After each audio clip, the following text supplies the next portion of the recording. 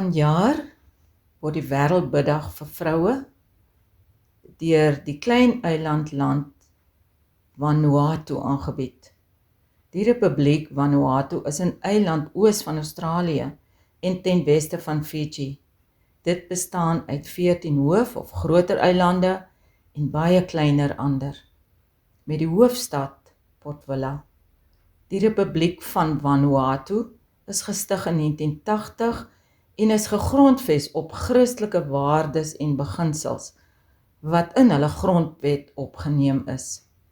Die inwoners van Vanuatu staan bekend as die Nie-Vanuatus.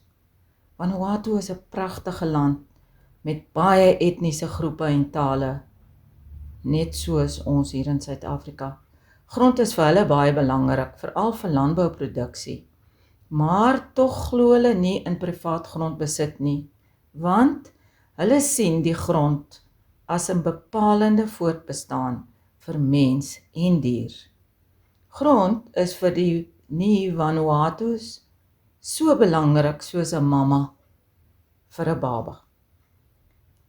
Lap is hulle tradisionele dis. Dit bestaan uit groente, vrugte soos piesang, soorte boomwortels, wat hulle fyn maak en meng met kokosneutmelk.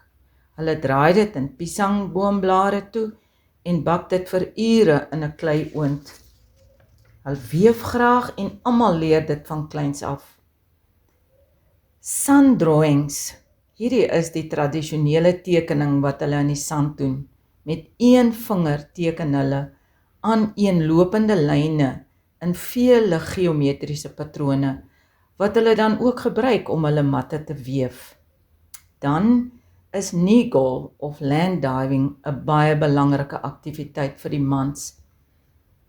'n hoë stellasie van pale en wingerdlote word gebou.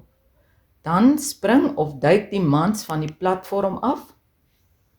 Hulle is aan hulle voete vasgemaak, amper soos ons bungee jumping. Te midde van sang en dans, duik hulle daarvan bo af en val op die grond. Hierdie Suidsee-eiland is blootgestel aan aardbewings, vulkane, uitbarstings en geweldige orkane, soos in April 2020 en ook die ewige orkaan Pam van 2015 het gelei tot erge verwoesting en lewensverlies. Die skillery, wat dan die fokuspunt van hierdie Wêreldbiddag vir vroue is, beeld 'n gebukkende vrou uit wat bidend haar baba beskerm teen die aanslae van die storms. Agter beeld die skillery die branders uit wat bo oor haar slaan, waar sy onder 'n palmboom skuilings soek. Op die horison kan mens die vele kruise sien, wat die lewensverlies van die mense uitbeeld tydens die vele orkane wat die eiland al in die verlede getuister het. Vandaar dan hulle tema, bou op vaste fondamente. Die skriflesing kom uit Matteus 7, vers 24 tot 27. Elkeen dan, wat hierdie woorde van my hoor, en daarvolgens handel, kan vergelyk word met 'n verstandige man, wat sy huis op rots gebou het. Die stortreën het geval, vloedwaters het afgekom, winde het teen daardie huis gewaai en daaraan geruk, en tog het dit nie ingestort nie, want die fondament was op 'n rots. En elkeen wat hierdie woorde van my hoor, en nie daarvolgens handel nie, kan vergelyk word met 'n dwaas, wat sy huis op die sand gebou het. Die stortreën het geval, vloedwaters het afgekom, winde het teen daardie huis gewaai en daaraan geruk, en die huis het ingestort en is heeltemal verwoes.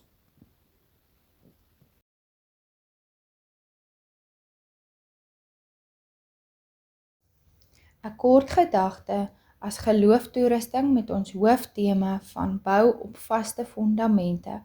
Ek lees 'n kort teksgedeelte uit Spreuke 24 vers 3 tot 4 wat aansluit by ons tema vir Wêreldbiddag vir vroue hierdie jaar. Daar is verstand nodig om 'n huis te bou, insig om sy fondamente te lê, kennis om sy kamers vol te maak met allerhande kosbare en mooi goed. Ons as kinders van die Here word geroep om met ons gesindheid, woorde en optrede te bou. Ons fondament is die Here. Sy liefde en genade, trou, plan met ons lewe en sy genade verbond met ons is 'n vaste fondament vir ons lewe. Dit gee vir ons rigting. Dit bepaal ons visie en ons missie vir ons lewe.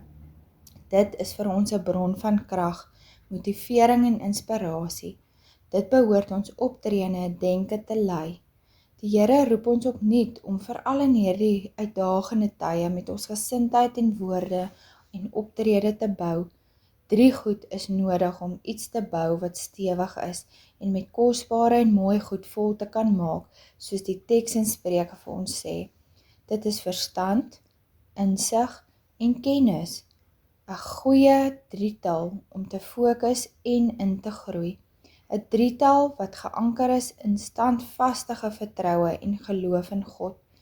Kom ons gebruik hierdie belangrike insig om lewe te spreek in mense se lewens, ook in ons eie lewe, deur met jou gesindheid, woorde en dade te bou, eerder as om af te breek. Kom daar ware vreugde, betekenis, vrede en vervulling. Vroue wat glo is vol van die hemel. Hulle dra die liefde soos met 'n kind. Ons vra vir elke vrou om die volgende in gedagte te hou en te bid vandag vir die volgende. Vir die wanvoeding, die hongersnood wat wêreldwyd plaasvind. Ons bid teen die geweld teen vroue en kinders. Ons bid ook vandag vir vrede en vryheid te midde van die verdeeldheid. Ons bid teen die wanorde van die regerings van ons land en oor wêreldwyd. Ons bid vir die gebedsvermoë van ons van vrouens wat nooit sal ophou nie. Ons bid vir standvastigheid in ons geloof, teen alle aanslae af te weer. Ek vra dat julle julle oë sal toemaak. Ons Here en Hemelse Vader, ons kom vandag en ons buig voor U neer as sag en nederige vroue. Ons sê dankie vir U liefde, genade en wysheid. Dankie dat U ons so sterk en dieselfde tyd sag gemaak het. Ons vra, Heer, dat U asseblief elke vrou sal seën en sal beskerm met U volmaakte liefde. Dankie vir U liefde. Amen.